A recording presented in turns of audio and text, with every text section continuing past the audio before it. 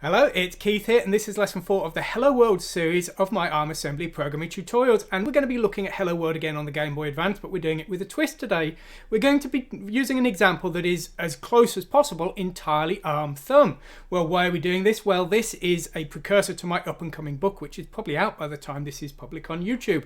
So new, I don't even have a advertising video for it, so you'll have to watch the old one. But the new book is going to cover ARM thumb, 65816, 6809, PDP-11, and RISC-V. It's basically a new version of the original book covering 5 new processors, and you don't need to have read the original book. If this is the first one you bought, it will be just fine for you, and it's going to be an introduction to all of those processors. So we're looking at the Hello World example that was included in that book today. We're going to go through it entirely, and you can download it for free on my website, so you don't need to buy the book to get the source code.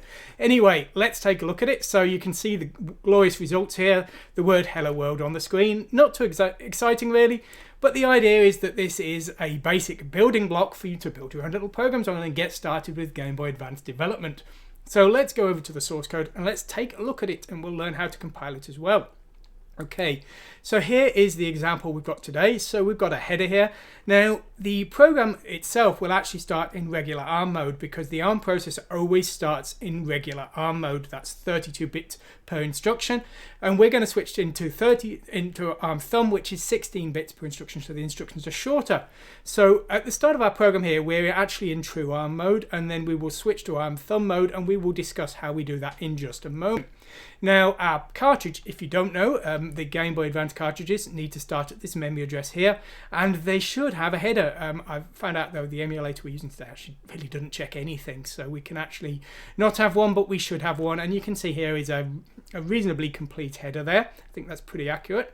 And what we're doing here is we're defining 2 symbols, a cursor X and a cursor Y, and we're pointing these to 2 memory addresses to store 2 1-byte values for our X and Y positioning characters. So we're going to be using those to draw each character to the screen, because our print string routine uses a print char routine. That's how I always do things in my tutorials. Okay, so here's our header, but here is the actual start of our program, and as I say, we'll be in full ARM mode here, 32 bit per instruction.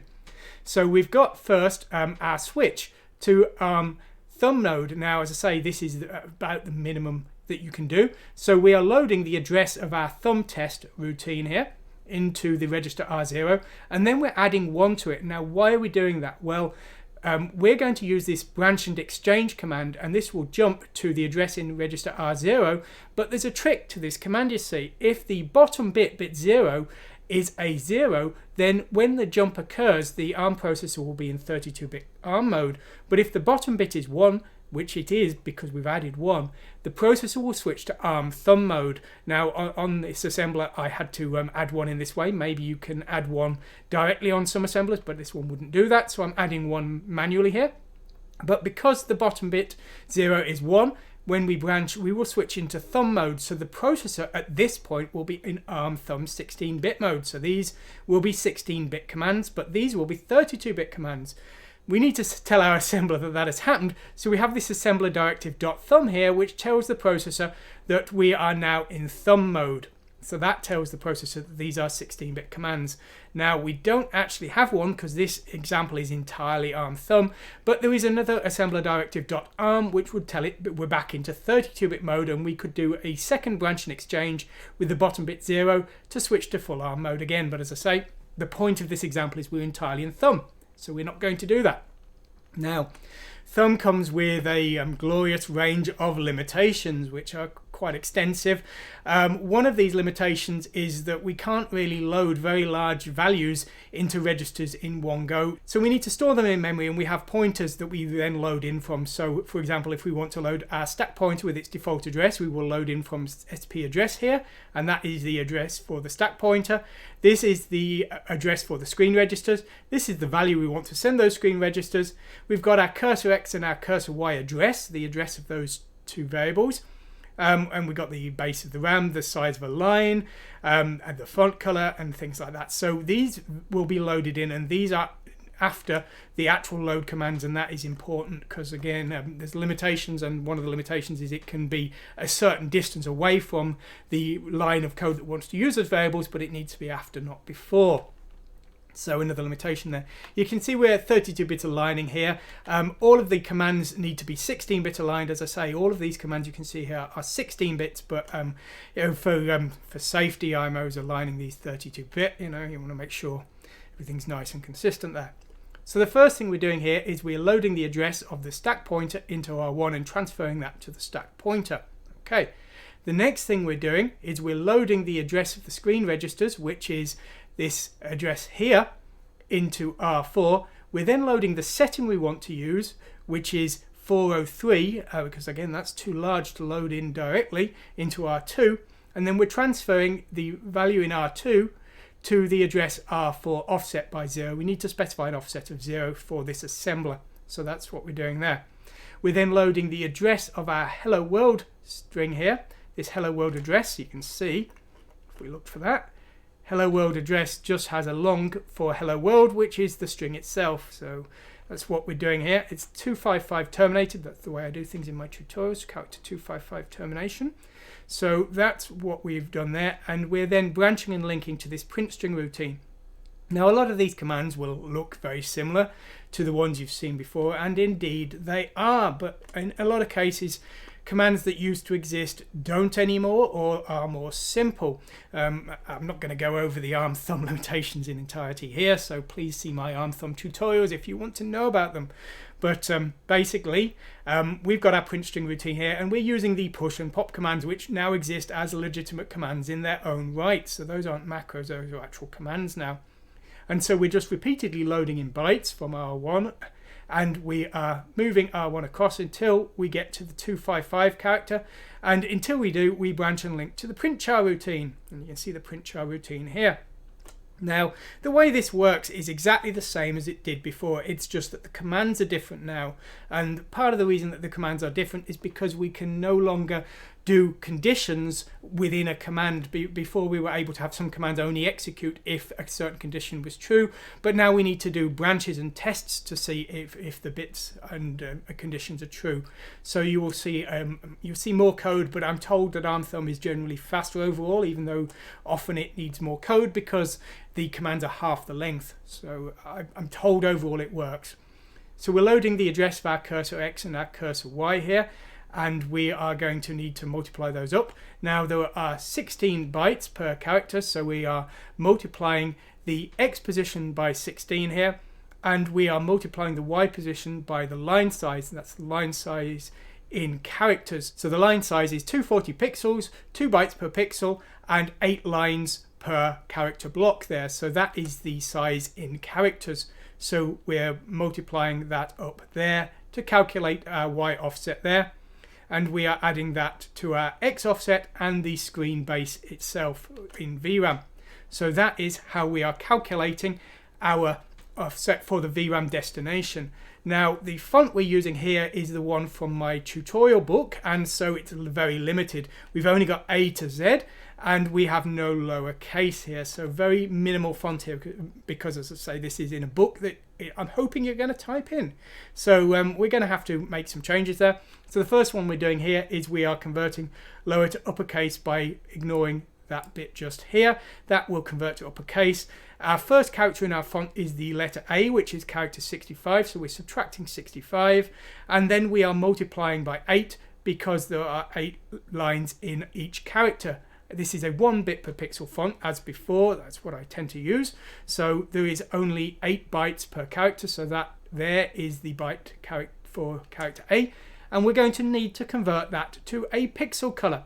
So we're loading in font color, which is the color that we're going to set the pixels that are set. So here it is, and you can see the format there. It's in red, green, blue here, so we're setting the blue component and some of the green component here. So that is the color we're using to set our font when the bits are set. Now after each line we're going to need to move down a line, and we've got line size 2 here, which is the width of the screen in bytes here, and that is 480 bytes, 240 times 2 minus 1 character, because we've already moved across 1 character. 1 character is 8 pixels times 2, so 16. So we've got line size 2 here, and we're moving this here, you can see, into R0, and then we're moving it into R8. Well, why are we doing this? Well, on the ARM thumb, R0 to R7 are the low registers that can be used by almost any command, but R8 and onwards can only be used by a very, very limited number of commands. So we're going to need to use this line size later on, and so rather than using the stack or anything, we're moving it into register R8 for later. Now we've got 8 lines that we need to do, so we're moving that into R6 for our line count, and we've got 8 pixels per line, so we're moving that into R7, which is the last of the low registers. And then what we're doing is we're loading a byte from our source in R4, which is our character data, our bitmap data for our character, and we're loading that into R1, and then we're moving to the next byte in that character. Remember, 8 bytes per character. And then what we're going to do is we're going to have a mask in R5 that we're going to use to test the bits. Now the bit mask will start at the leftmost pixel, and we're going to shift it along to test each of the pixels. So that's how we're going to do things in this example. So we've got that in R5.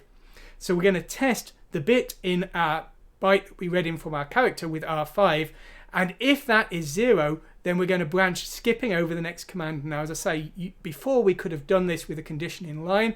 We can't do that anymore. So we're going to have to use a branch, much more like the sort of 68,000 style, and skip over this store command here. And this store command is storing R2. Well, R2 is our font color. So that is setting a pixel, and we're leaving the pixel unset otherwise. We're then moving across in R3, moving across 1 pixel there, and we're shifting our mask 1 bit to the right here, so that when we do the test again, we will test a different pixel. We're then subtracting 1 from R7, which is our horizontal count, and we're repeating until we do the next line. And as I say, we've shifted our R5 mask so that when we do the test again, it will be different. Now, after we've done an entire line, we want to move down a line, and we do that by taking advantage of R8, which we loaded in with line size. Now, one of the few commands that can use R8 onwards is the add command. There are a few, but they are more limited. So that add command is being used here with that R8 register, which is very advantageous to us. We're then just subtracting 1 from R6, which is our line count, and we're repeating until we've done all the lines. When we've finished, we are adding 1 to our cursor X position here, and we're storing it back here. So we're loading the address of cursor X, we're loading it in, adding 1 and storing it back here, and then we are returning. So there we go. So that's how we are running this, how we're able to get our hello world message to the screen. As I say, it's a little bit more complex, a few extra lines compared to the original, but it's not massively different. I mean, you know, the data's the same, and it didn't take too long to convert this, so it's all pretty doable. Now, for my assembly, I always use the Vasm assembler, which I think is fantastic. I'm using Vasm, the ARM version, with the standard syntax here. And we've got various switches here. Build file is the source file. I'm using a batch file here, so that would be your hello world.asm or whatever it is. Now, this is the processor type, M7TDMI. That's the processor. It's only the later processors that support ARM thumb, but all of the Game Boy Advance and later support it, so that should be okay. This no I align is a bit of an odd one. Now, by default, the Vasm assembler would align in 32 bits. ARM thumb commands are 16 bits, so that really doesn't work so well. So I've had to put this in to disable that auto aligning, and that allows ARM thumb to compile. None of these actually directly relate to ARM thumb. It's the assembler directive, that .thumb command, that tells the assembler to start compiling thumb. I've got check labels, which is to check that I've not forgotten my tabs on my commands. No case to disable case sensitivity. I'm defining a symbol Vasm equals 1 just in case someday I decide to use a different assembler. And I'm outputting a listing file here. That's for debugging. You don't need that. I'm defining a build GBA there. That is for my multi-platform code. You don't need that. I'm outputting a binary file. That's what -f bin means. And I'm specifying the output file with -o here. And I'm creating program.gba. Now, I run this just by loading Visual Boy Advance and specifying that output file on the command line, which is, I need to select my right code here, which is what I've done here, so that it automatically starts. But if you preferred, you could just use file, open, and you could browse for the file yourself. If we just go to, where is it? Build GBA here, and if I just specify the file there, you can run it from the file menu. It's slower, and I would strongly recommend you try and do things as quickly as possible, because if you're writing a program and you're debugging it, then you might have to do this hundreds of times to fix the problems if you're writing a big game, and so every second counts. So I definitely try and make things as automatic as possible. Anyway, I hope you've enjoyed what you've seen, and please take a look at my book, which, as I say, is probably available by the time you're watching this video, and there will be a link in the description and the comments below to the book, so please take a look. Anyway, hope you've enjoyed what you've seen today. Thanks for watching, and goodbye.